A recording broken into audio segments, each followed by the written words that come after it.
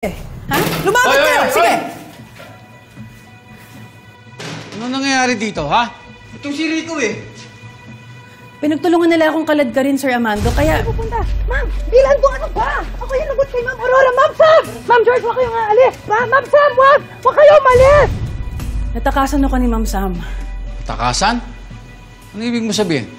Pinababantayan po kasi siya sa akin ni Ma'am Aurora at wag na wag raw siyang hahayaang makaalis ng compound, sir, hanggang sa makapanganak na siya. Mukhang pinagpaplanuhan na talaga ni Aurora ang apo ko. Why are you doing this to me, Rebecca? Kahit never ko naman inamin kahit kanino ang pagiging mag-ina natin.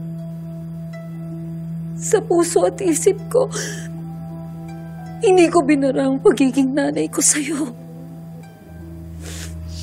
Rebecca, mahal na mahal kita.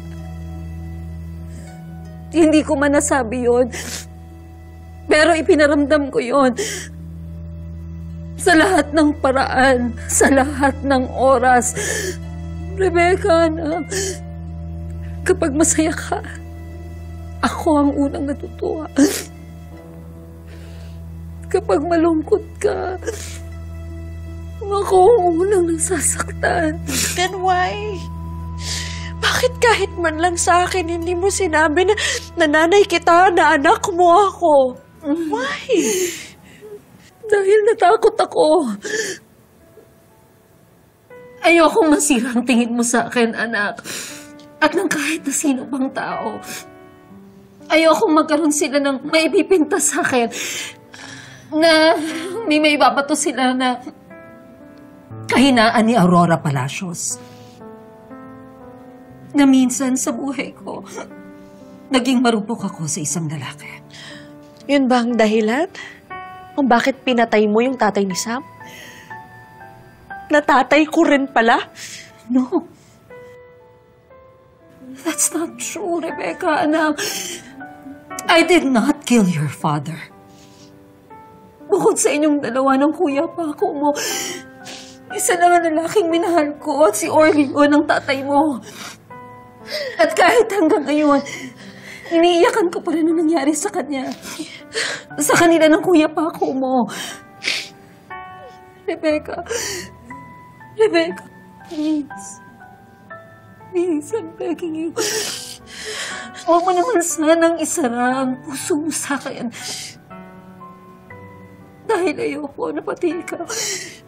Iyakan ko araw-araw habang buhay, anak. I'm sorry, Tita Aurora. Pero nasabi ko na yung dalawang kondisyon ko. Take it. And we're good. Leave it. Itutuloy ko yung sampa kong kaso sa'yo. At dadagdagan ko pa. At sisiguraduhin kong mabubulok ka sa kulungan for the rest of your wretched life! Let's go, attorney.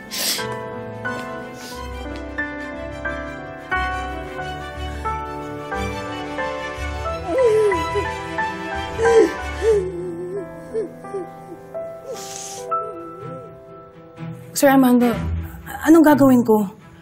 Pag nalaman ni Ma'am Aurora na nakaalis si Ma'am Sam, siguradong patay ako. Kung wala kang balak mag-awol bago siya dumating, ihanda mo lang yung magkabilang pisngi mo. Oh, wala na po ba ibang option? Ginusto mo maging alalay ni Aurora? Pues, pagdusahan mo. Mga hayop kayo? Hindi ako pwede mawala dito. Masisira lahat ng mga plano ko. Anong plano?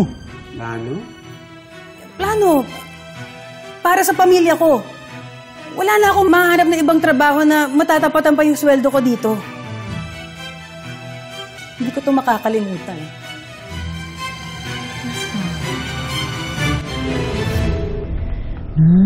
Sagutin mo na yung tawag ko. Hello, anak. Bakit ngayon ka lang sumagot? Kasi siyempre chinecheck ko baka mamaya may tao. Nagsimula na pong mag-labor si Sam kanina. Anytime pwede na siyang manganak. Pwede, makikita ko na yung apo ko. Opo, ma. Kaya umalis na kayo dyan. Ngayon din. Mag-impake. Ma, huwag na kayong magdala ng masyadong maraming gamit. Damputin nyo na lang yung mga passport natin nandun sa folder kasama yung ibang importanteng papeles. Sa kanya, paano? Ma, kayo na po ang bahala. Basta ang importante, makaalis na kayo dyan. Tumiretso na po kayo ng airport. Hihintayin namin kayo ni baby doon. Nakausap ko na po si Bong. Siya na daw pong bahala sa tickets. O sige, mag-ingat kayo ni baby, ha? Sige, anak.